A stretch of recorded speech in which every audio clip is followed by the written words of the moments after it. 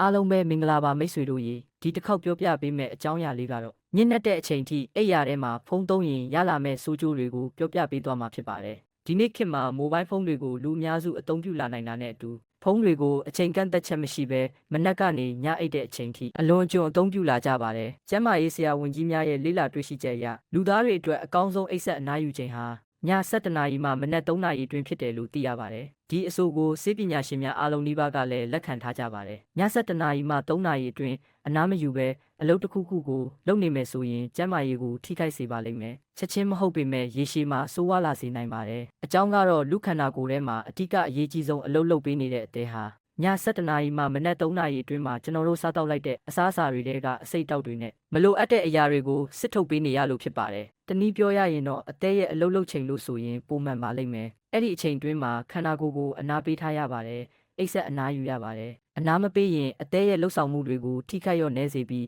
အသဲကိုတဖြည်းဖြည်းပျက်စီးသွားစေပါတယ်။အသဲမကောင်းတော့ရင်ခန္ဓာကိုယ်ရဲ့ဇီဝကမ္မဖြစ်စဉ်တွေပုံမှန်မလဲပတ်နိုင်တော့ပါဘူး။စက်ပစ္စည်းတစ်ခုခုမှာမူလီတစ်ခုချွတ်ယွင်းရင်ကြံတဲ့အစိပ်ပိုင်းတွေလည်းအဆင်မပြေနိုင်တော့သလိုလူခန္ဓာကိုယ်မှာလည်းအသဲကအလုံးမလုံးနိုင်တော့ရင်အသဲရောင်အသားဝါဘီပိုးစီပိုးစတဲ့အသဲယောဂများအပြင်အခြားယောဂများလည်းတစ်ခုပြီးတစ်ခုဖြစ်စေပါတယ်။ဒါကြောင့်ကျန်းမာရေးစောင့်ရှောက်မှုမြင့်မားတဲ့တချို့နိုင်ငံတွေမှာညဘက်အလုပ်လုပ်ရတဲ့ဝန်ထမ်းတွေကိုရေရှည်မလုပ်စေဘဲအလှည့်ကျတာဝန်ချိန်ပြောင်းပေးတတ်ကြပါတယ်။အခုခေတ်မှာတော့လူတော်တော်များများဟာညနေတဲ့အချိန်ထိဖုန်းကိုအသုံးပြုတတ်ကြပြီးကိုယ့်ရဲ့အိတ်ချိန်ကိုအဓိကဖဲ့ယူနေတာကြောင့်အသက်ကိုညံဆောင်ဆိုတဲ့စကားအတိုင်းကိုယ့်အသက်ကိုအတိညံလေးနဲ့ဂရုပြုနိုင်ကြစေဖို့ကျန်းမာရေးဘူးတူတာဖြစ်အတိပေးလိုက်ရပါတယ်မိတ်ဆွေတို့ရေညနေတဲ့အချိန်ထိ Facebook တခုလည်းမဟုတ်ပဲအခြားပါပဲလှုပ်အိတ်ချိန်မှာမအိတ်ရင်အသေးရဲ့လှုပ်ဆောင်ချက်တွေကိုထိခိုက်စေပါတယ်လူသားအလုံးကျန်းမာစွာအသက်ရှင်နိုင်ကြပါစေလို့ဆုတောင်းပေးလိုက်ပါတယ်ခင်ဗျအဆုံးထိကြည့်ရှုပေးကြတဲ့ချစ်မိတ်ဆွေများအားလုံးကိုကျေးဇူးတင်ပါတယ်ခင်ဗျ